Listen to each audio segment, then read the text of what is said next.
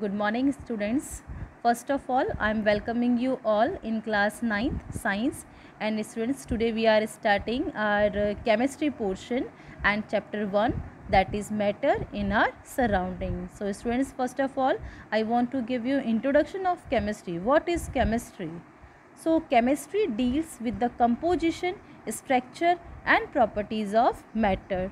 These aspects can be best understood in terms of basic constituents of matter, that is atoms and molecule. So chemistry is called the science of atoms and molecules. And students, if we look around, we see so many things, living as well as non-living, and the knowledge about these things can be gained by one or more of our senses like seeing, feeling, hearing, tasting, smelling. So these objects possess mass and occupy space, and they may have different shape, sizes and colors. So all these objects constitute matter. For example, metal, water, air, plants, animals, planets, stars, all are the example of matter. So today we are starting matter in our surrounding.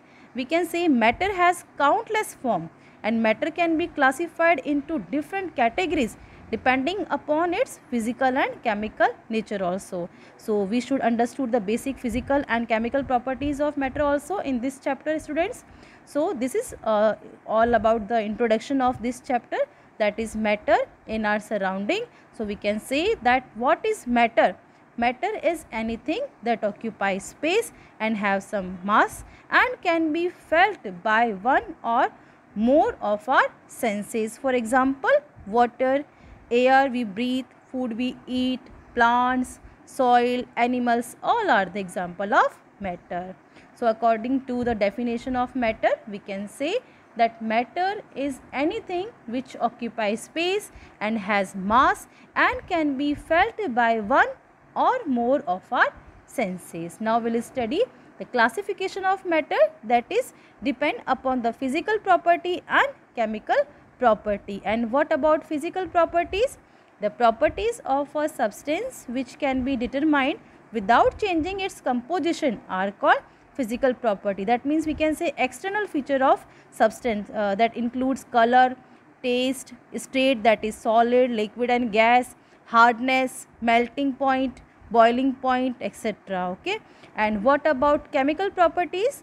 All the properties of a substance which can be determined by only when it undergoes a change in its chemical composition are called chemical properties. So matter is classified on the basis of physical and chemical property.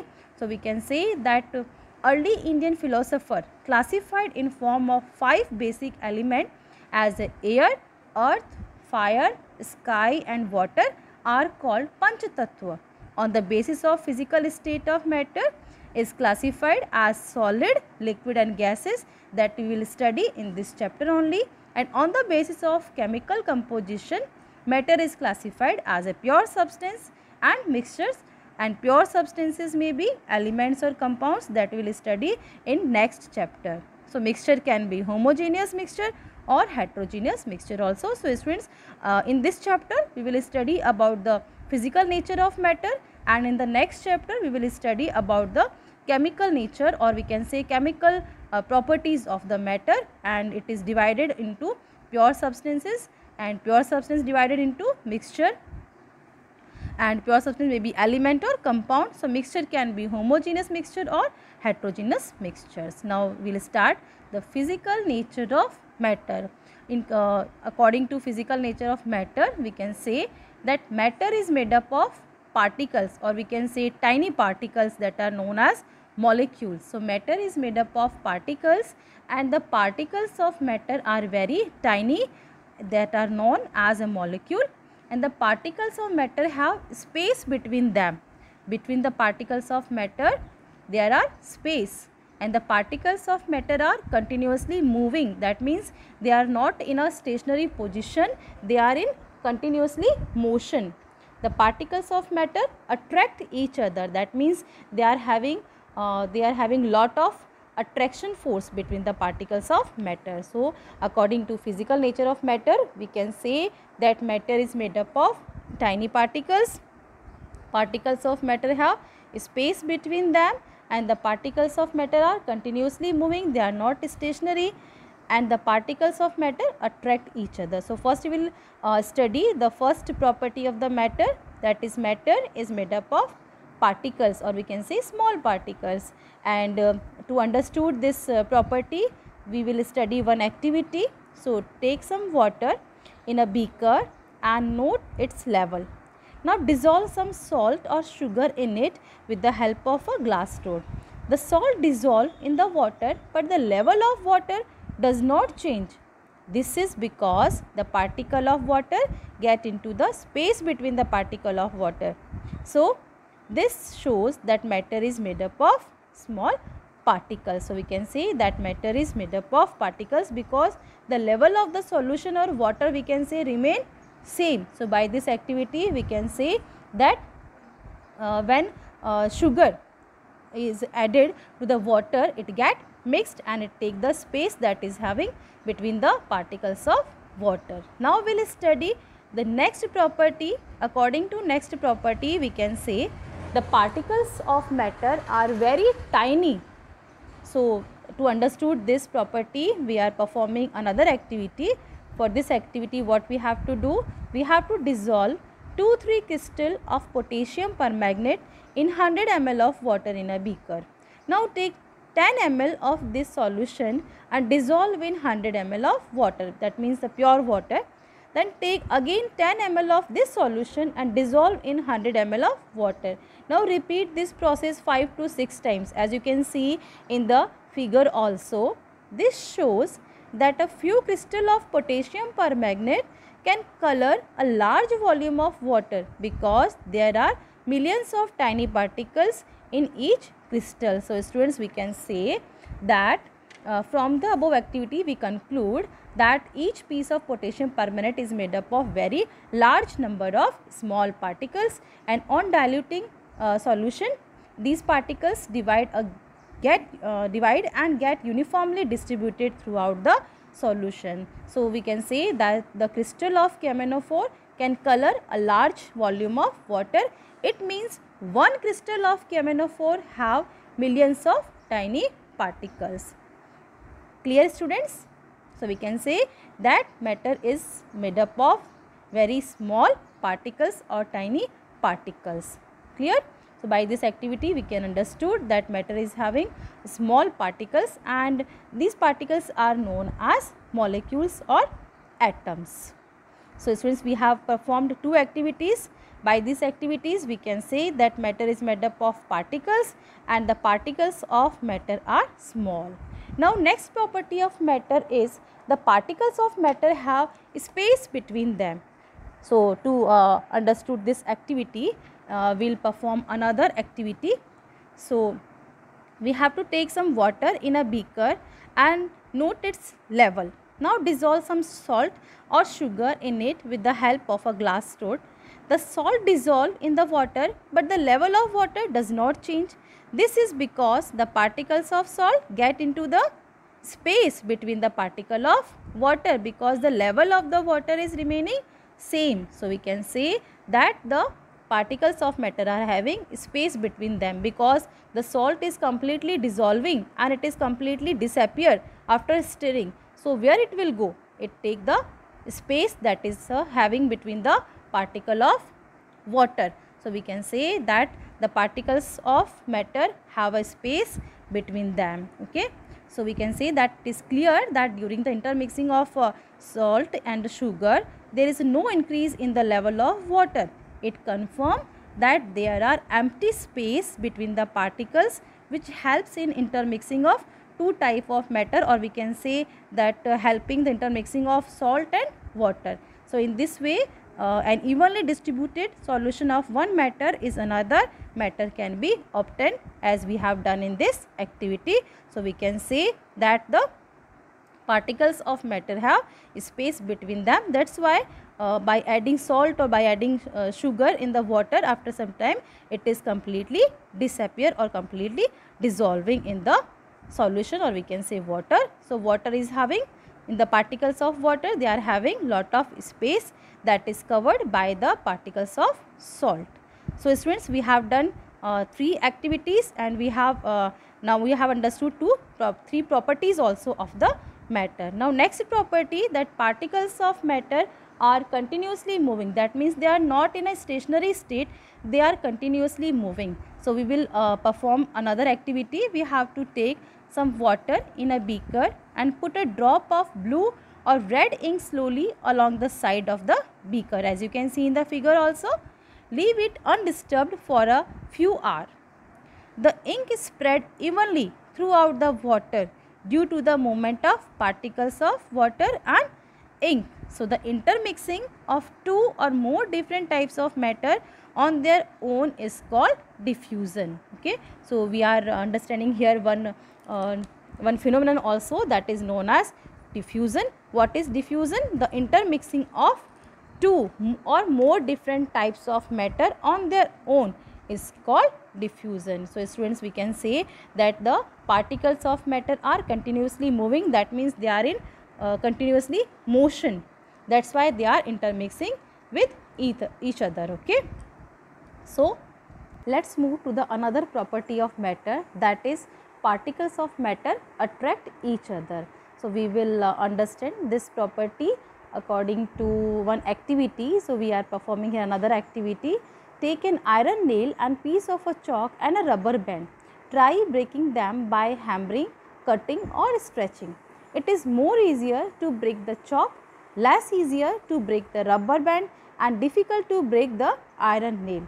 This is because the particle in the iron nail are held together with a greater force than in the rubber band or chalk. So we can say, students, that the particles of matter are having a attraction force, and it is depending upon the states of matter. Okay, so by this activity we conclude that iron nail are having the stronger attraction force than rubber band or than chalk. So we can say that particles of matter attract each other, and we get a conclusion also that the force acting between the particles can be understood easily by performing this activity. The particles which are held tightly have the strongest force of attraction, while the particles of those substances which are most weakly held can be separated easily. So students, today we have studied all the properties of matter, or we can say physical properties of matter. According to these properties, we can say that particles of matter are very small, and matter is made up of small particle, and the particle of matter are having space between them, and they are in continuously in motion, we can say. So these are the all the properties of states of matter. So now we will study about the states of matter. So physical classification, based on the physical classification, we can say there are three states of matter. These are solid, liquid and gas. So matter exists in three different states. They are solid, liquid and gas. So first we will study about the solid state of matter. So you can see in the figure also, and you can observe that the particles of solid are tightly packed. They are very close to each other. So we can say that in solid the particles are closely packed, and the interparticle space between them is very less, or we can say is negligible. So there is a strong force of attraction between the particles of solid which holds them together, as you can see in the figure also. So the position of particles in solid are fixed, and due to this strong force of attraction, solids have definite volume and cannot be compressed. So by these figure, or we can say by these properties, we can conclude some basic properties of solid.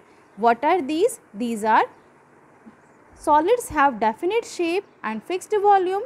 The space between the particle is minimum, or we can say negligible.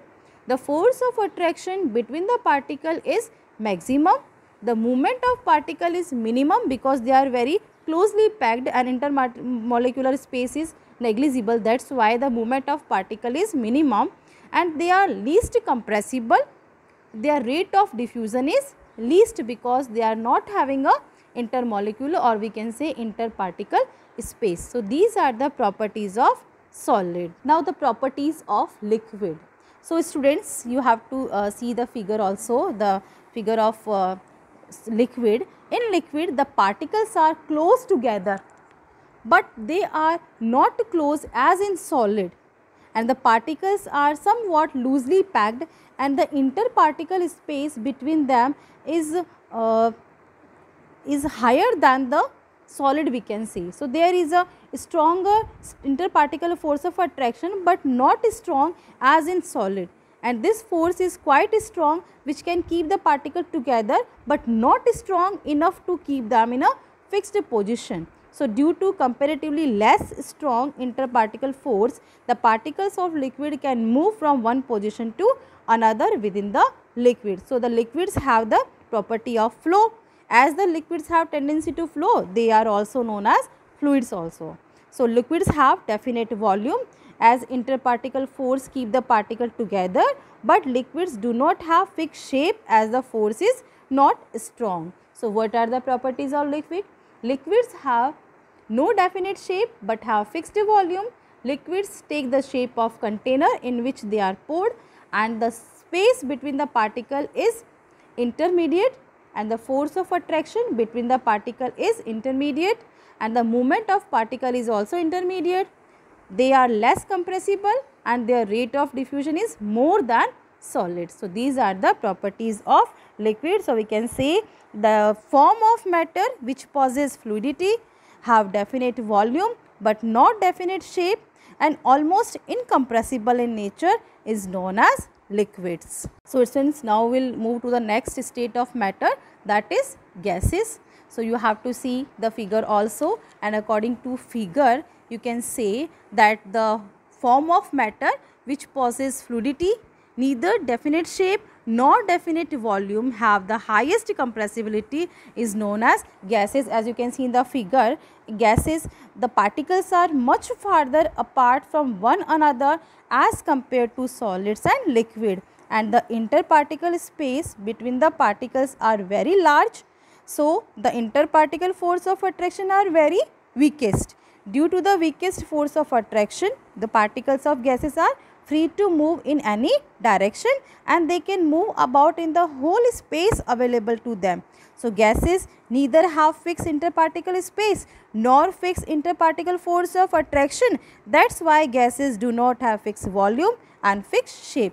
So, what are the properties of gases? Gases have no definite shape or fixed volume. Gases occupy the whole space of the container, and the space between the particle is maximum.